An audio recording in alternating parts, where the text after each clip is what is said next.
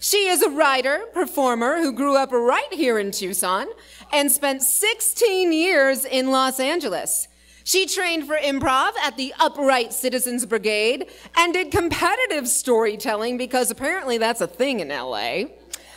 She's a Moth Story Slam winner in LA, and her solo show, Jackass, A Prom Story, oh yeah, won an Encore Producers Award at the Hollywood Fringe Festival.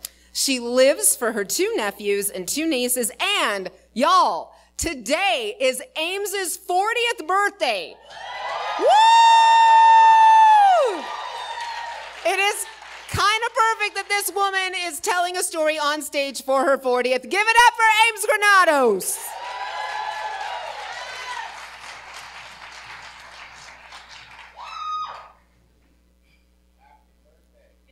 Thank you.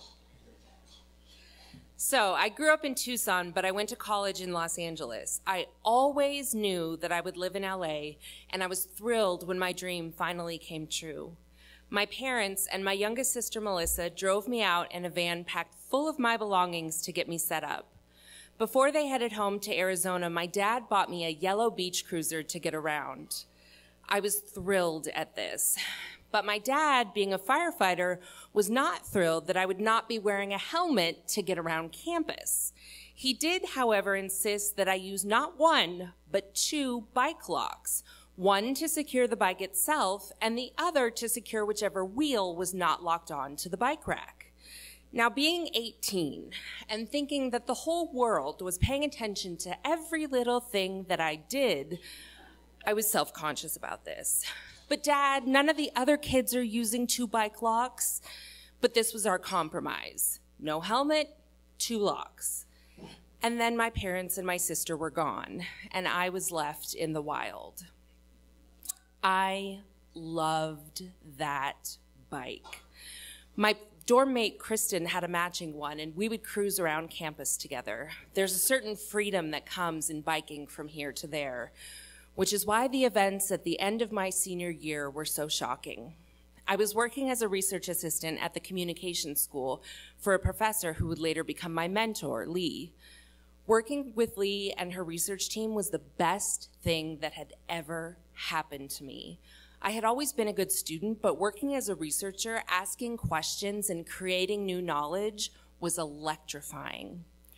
One day, a fellow student, Emma, was showing us her brand new camera phone. Lee and I had never seen a camera phone before, and we were mesmerized. Shortly before my shift was over, I went downstairs and over to the cafeteria to get some soup.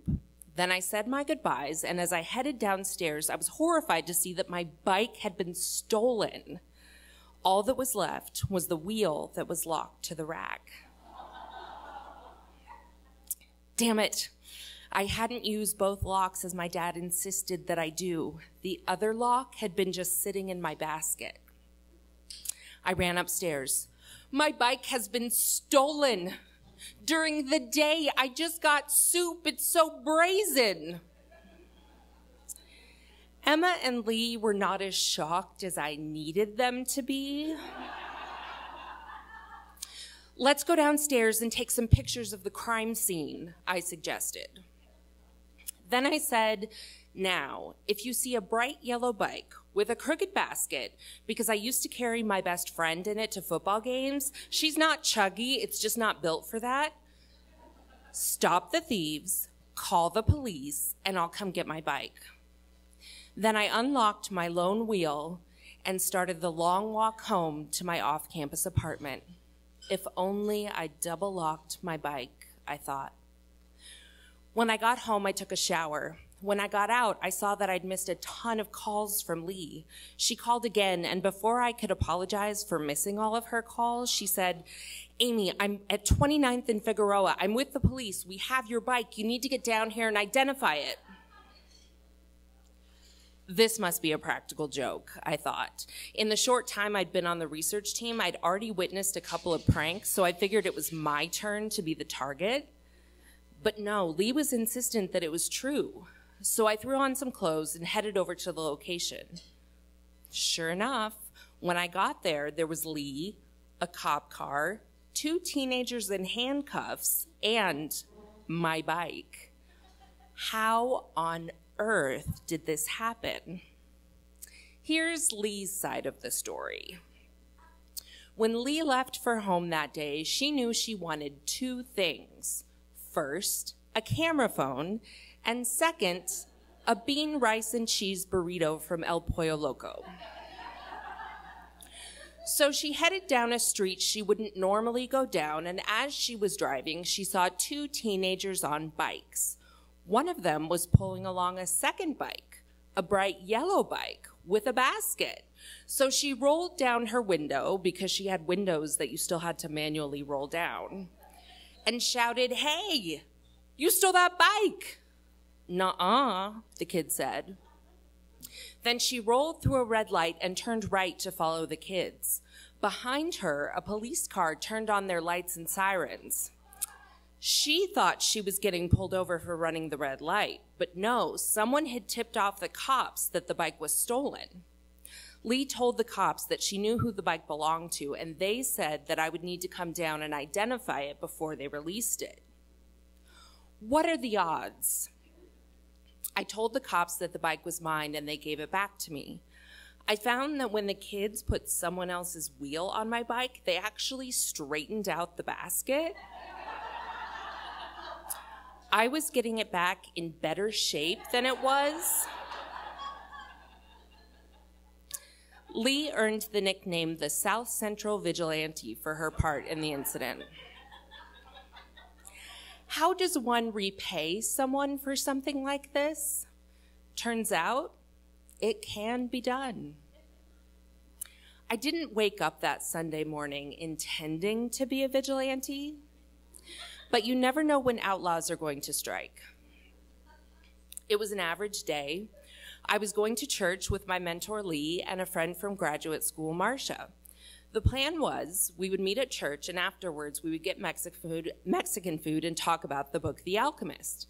Now, we went to church about 45 minutes south of LA in this old bowling alley in a very rough part of town. It was great. There were ex-cons and sex workers, rich people and poor people. It was just like a hospital, the way a church should be. Now, as Lee got to church and parked her truck, the still small voice inside said, "Take your backpack into church." But she didn't listen. When church got out, we found that her truck had been broken into and the backpack was gone. There was some pretty important stuff in this backpack: her wallet with all of her credit cards, her driver's license with her address, artwork from her goddaughters. She was a professor, and it had one of her PhD students' dissertation with all of her handwritten notes.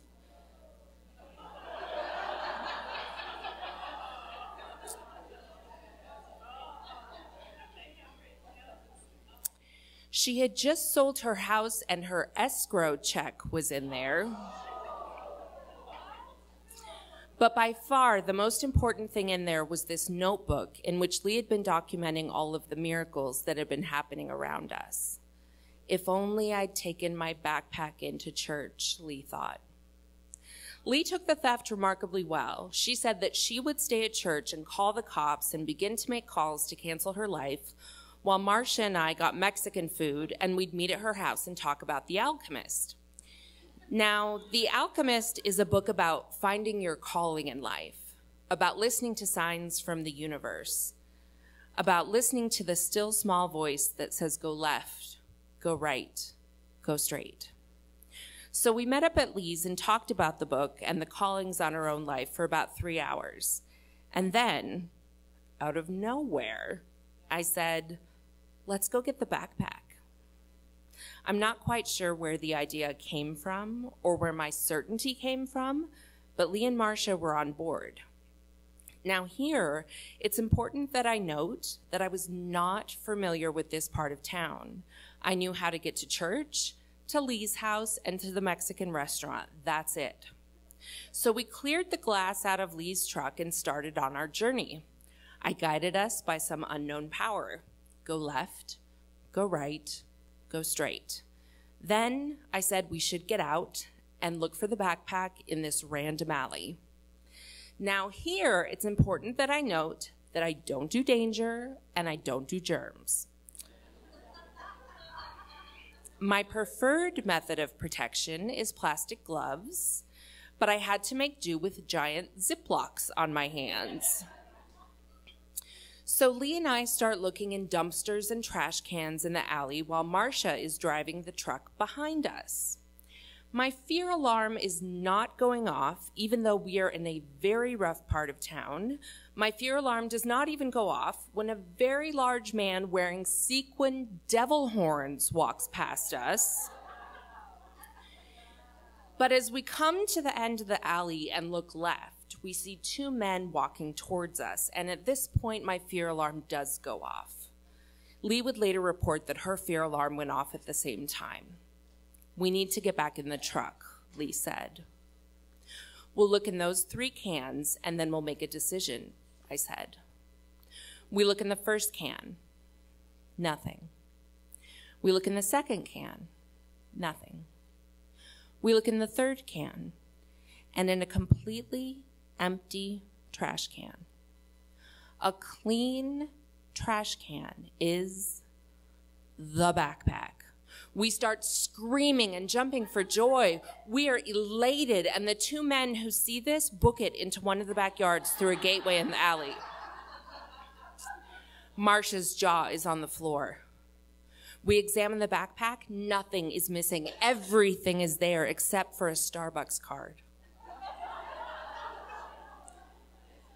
We are overjoyed. About a year later, Lee gets a call from the police. They know who broke into her truck, and they know where he lives, right where we found the backpack.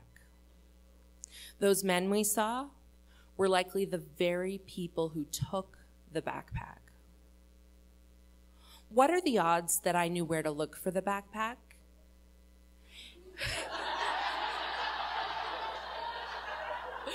I know. And what are the odds that the very people who took the backpack would witness us finding it? I'd like to think that it was the voice of God directing me, and all I had to do was listen and respond. Thank you. The whole bike thing was about something much bigger. When I started working for Lee and her team, I was spiritually bankrupt. I had lost faith in something greater. But Lee told me dozens of stories that reminded me that there's more to this world than what you can see. Getting my bike back was foreshadowing what would happen to me over the next few years. I would get back a childlike sense of wonder, communication with the divine, and an overwhelming sense of gratitude. And the backpack, just like the bike, was about more than retrieving stolen goods. It happened a few years after the bike incident. My faith was on fire, and I was practicing communication with a power greater than myself.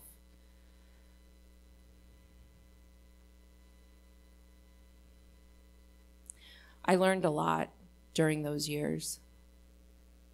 I was no longer spiritually bankrupt, and as it says in The Alchemist, when you're living out your call, the universe conspires in your favor. It was a freaking miracle that I was guided to that backpack, because we were nowhere near the church that it was stolen from, and yet somehow I found it. If only I'd double locked my bike. If only I'd taken in my backpack. Without these little missteps, there'd be no need to listen or respond. There'd be no room for the divine to work. If only. Thank you.